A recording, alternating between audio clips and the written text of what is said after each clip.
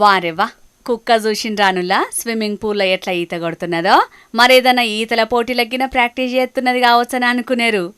కాదు కుక్కలకు ఎక్సర్సైజ్ చేయించనీకి గీ swimming pool ఏర్పాటు చేసిరట ఆదిలాబాద్ పోలీసోళ్ళు.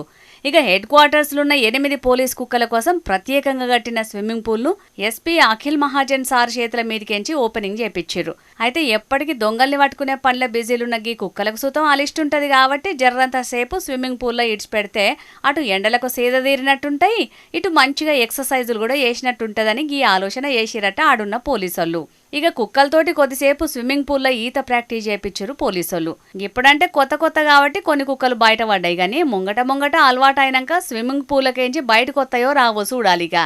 పిల్లగాండ్ల కోసం సమ్మర్ క్యాంపులలో స్విమ్మింగ్ పూల్ పెట్టినోళ్లను చాలా మందినే చూసినాం గానీ కుక్కల కోసం స్పెషల్ గా స్విమ్మింగ్ పూలే కట్టిండ్రంటే కుక్కలంటే పోలీసోళ్ళకి ఎంత పాయిరం ఉన్నదో చూడుండ్రి. ఉండదా మరి? దొంగలను పట్టుకునే సగం పనులు గీ కుక్కలే చేస్తుంటాయి. గందుకే వాటిని మంచిగా చూసుకోవాలని గీ తిరిగి ఆలోచన చేసిరన్నట్టు ఆదిలాబాద్ పోలీసోళ్ళు. అబ్బా, మా ట్రైనింగ్ సెంటర్లో కూడా గిసొంటి స్విమ్మింగ్ పూల్ ఏర్పాటు చేస్తే మంచిగా ఉండని అనుకుంటుండొచ్చు గీ ముచ్చట తెలిసిన పోలీస్ జాగిలాలు. చూడాలి మరి రేపట్ల తతిమ జిల్లాల పోలీసోళ్ళు కూడా గిట్లనే స్విమ్మింగ్ పూల్ ఏర్పాటు చేస్తారో ఏం కథనో.